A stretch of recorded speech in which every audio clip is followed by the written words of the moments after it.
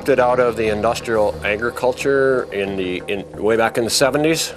I quit cold turkey. That has an enormous effect on the cows. If you put poison on your land, it's like putting poison into your cows. Now people noticing that there is a consequence with this cheap food policy, that they're actually getting sick from that food. And then they're discovering, by going back to the unprocessed, to the natural food, that this is actually helping them.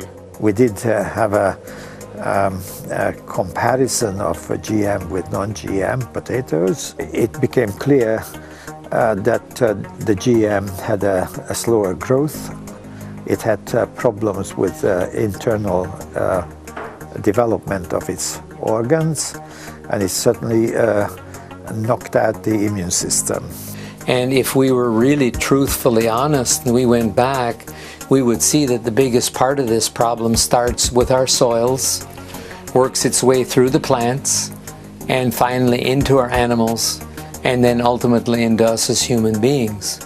Food sovereignty means nothing else than that people can in fact decide what they put in their body in any form they want to, without interference from the government.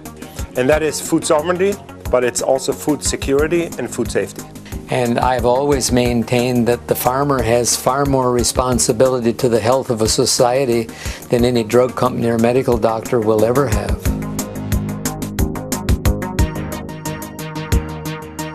Hydrogen was selected as one of the technologies to be developed to replace oil eventually. Ballard was to have fuel cells commercial by 2004. We were racing to have our hydrogen fueling stations ready by that time, and we did. The Toyota Prius runs on gasoline, could run very nicely on hydrogen. There would be a hybrid electric car, and that should be on the road now. There's enough off-peak capacity to fuel most of the U.S. automobile fleet. It's given me hope that maybe hydrogen is really going to happen. There are many alternative fuels. Why did General Motors have an electric car and then take it off the market?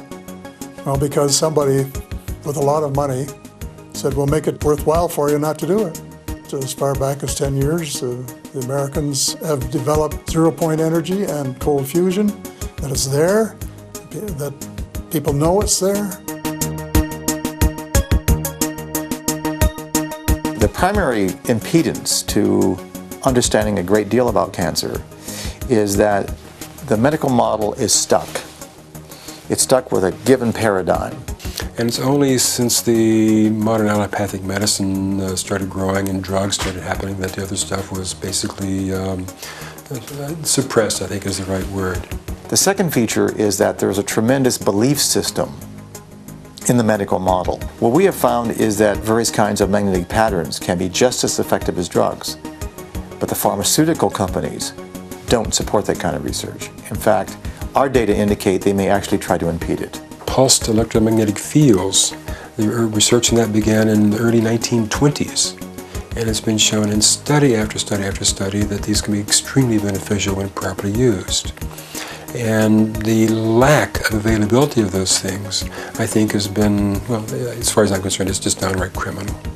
Because these things can be very helpful. They're not drugs, they're not big profit makers, and yet they can have dramatic benefits for people.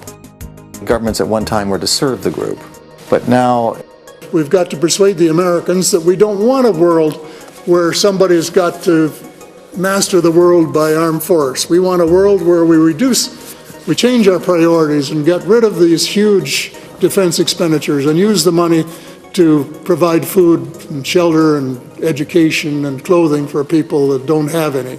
A different kind of world altogether than what we've had. There's no doubt that we could change the system in 10 years, which is about what we have to do if we change the banking system too. So we've got the money in order to be able to do it. The people can only do it by electing people of absolute total integrity, or of collectively saying to the people in office, this is a list of the things we want done. We want them done in the next 3 months. And if you don't do that, you're out.